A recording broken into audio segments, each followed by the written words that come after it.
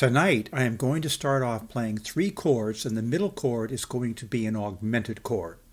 I want you to listen to them and experience that augmented chord when the chord before it is a major chord and it returns to the same major chord. That sounds like this, and I think you will experience this as rather peaceful.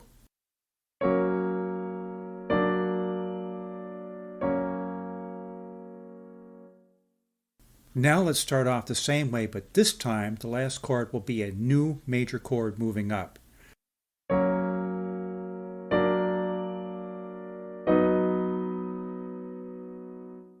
What I am doing, by the way, is morphing because I am always moving by half tones.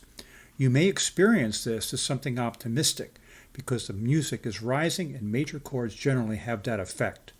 Now let's start off with a minor chord before moving to that same augmented chord, and let's return to the beginning minor chord.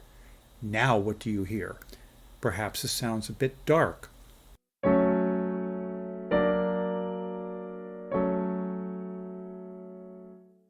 Let's make the same thing rise to the last minor chord. I think this is rather ominous.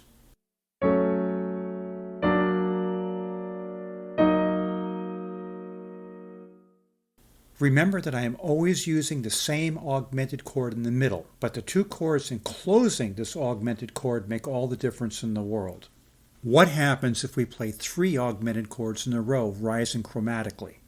Remember that the same augmented chord is always in the middle, but now the sound of augmentation dominates, and I think this sounds rather spooky.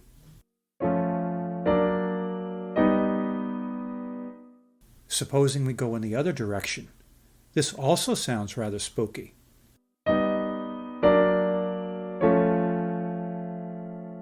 All augmented chords are definitely spooky.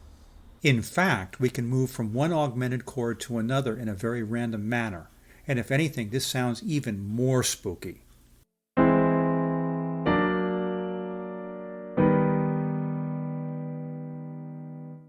Now it's time for a rabbit hole to visit Wonderland. Please keep in mind that there is a total disagreement about how to label augmented chords. Traditional theorists insist that we must analyze them according to the way they look on the page. So with this method, you have to mentally restack an augmented chord that is not a snowman until it appears in that form. Then you have to name it in this way and use a slash for the bass note. I find this method illogical and impractical.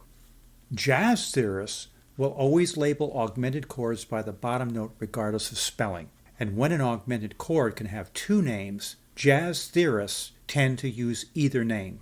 For instance, a G-flat augmented chord and an F-sharp augmented chord are really the same thing in sound. So a jazz player will grab the most convenient name based on what they are playing if there is no notation. Please don't forget to subscribe to my channel. Leave me comments about anything you'd like, comments about anything you'd like to see in the future, and remember that I consider all suggestions.